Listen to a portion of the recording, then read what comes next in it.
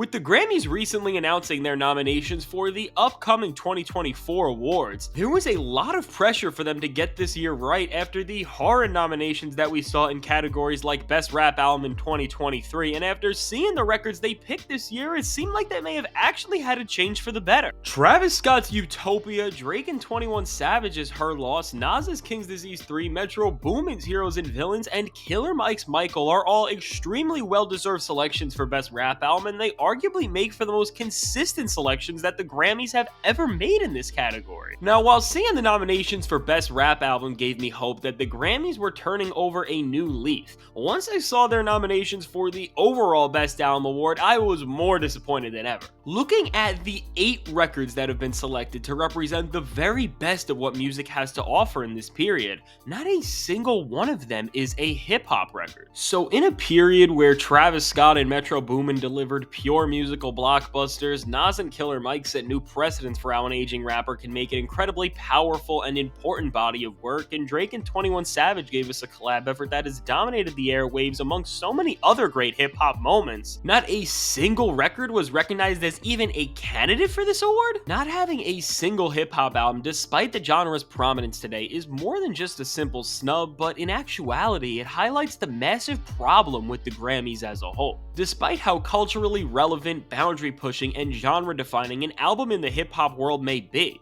the Grammys seem to almost always overlook them. Now, while hip-hop has had a ton of renowned albums in all forms and styles, it's no surprise that more abstract or underground records have not gotten recognition, but even some of modern hip-hop's most iconic offerings have been shunned. Now, it's no surprise that the Grammys aren't picking records based purely on their intricacies and craftsmanship, but based on the example the award show has set, it seems that most records are selected based on a blend of the hype and popularity behind them along with their quality, and when it comes to these factors, I don't know how many artists had a better case to be nominated for Best Album this year than Travis Scott and his record Utopia. From the presentation and spectacle Travis packed into this entire album to its sheer consistency and quality, there is no other way to put it. Utopia should have been nominated for Best Album at least, but at this point, it's just become another great hip-hop record that has been overlooked by the Academy. Now, with this year especially, the majority of Best Album nominees seem to be cut from the exact same cloth, with this list being dominated by the most radio-friendly albums from the most marketable of stars, and while some of these records are deservingly here, having a near soul musical archetype occupy this entire category hides the rest of the larger creative ecosystem within the music world from being seen on the global stage that it should be. From hip-hop all the way to the smallest corners of the industry, there are so many aspects of the music world that the Grammys fails to represent to the extent their standards say they hold them to, but while this would make at least some sense for more niche genres that are not as prominently covered as pop music, it makes absolutely no sense why hip-hop is still relegated to the side despite it statistically being the most popular genre in music for over half of a decade at this point. To break down how the Grammys has perceived hip-hop at its peak in popularity,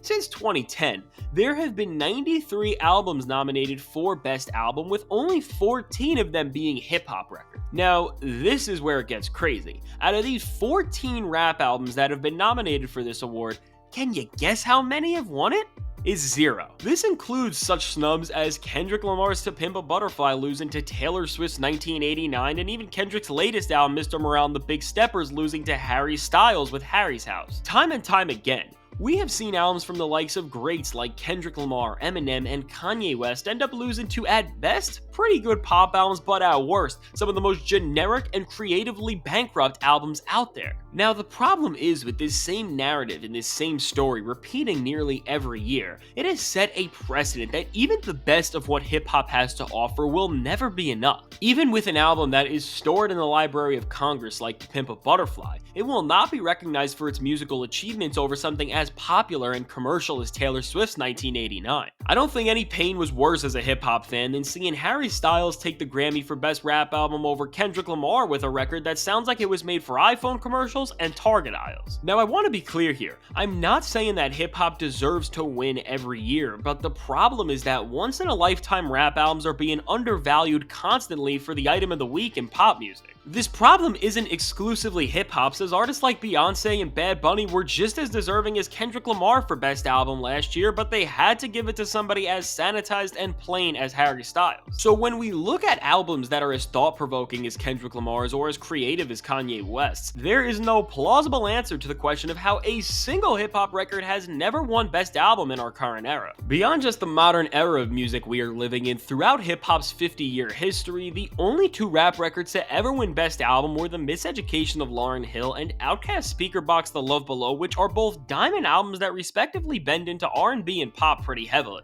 Now, what these projects tell us is that a hip-hop album doesn't just have to be one of the best-selling albums of all time to get its recognition, but it has to contort the genre's DNA into something that is borderline unrecognizable to most of what's coming out in it to even be considered to win. For how culturally important hip-hop has been, and for how many albums have been already deemed modern classics in the eyes of the people, it looks utterly disrespectful to undermine the achievements so many rappers have made year after year. From thrilling records from the likes of Travis Scott and Future to the powerful mental health pieces from artists like Kid Cudi and Mac Miller, the way hardly any rap albums have even had a chance at winning music's most coveted prize is a travesty. Now, making things even worse beyond the Best Album category, the way the Grammys has treated hip-hop within its own Best Rap Album category has made the genre seem like a sheer and utter joke to them on countless occasions. From the 2023 nominations, which selected universally panned albums like DJ Khaled's God Did and Jack Harlow's Come Home the Kids Miss You over universally praised albums like Jid's The Forever Story, to Macklemore winning Best Rap Album over Kendrick Lamar,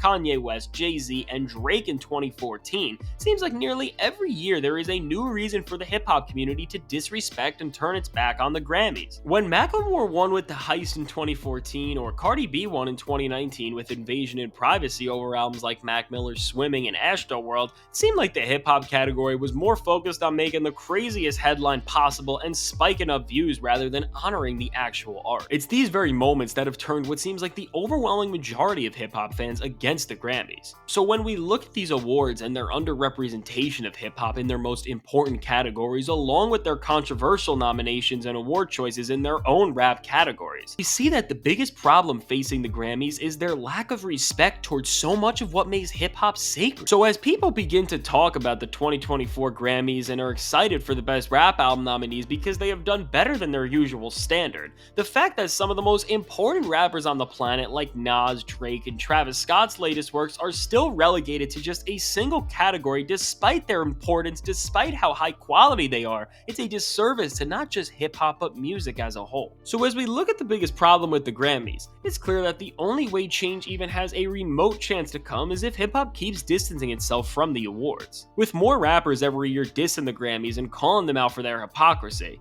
maybe just eventually, we will reach a point where hip-hop will have to be respected for what it has set the way for and not pushed to the side and overlooked at every chance possible. Now that's what I have to say about all this, so now let me know your thoughts. What do you think about the Grammy Awards and their treatment of hip-hop as a whole to this point? Be sure to hit that like button and subscribe, it helps me out a ton and it is free to do. Thank you for watching, your support means everything. Mr. F, Fantastic Hip Hop, signing out, catch you in the next video.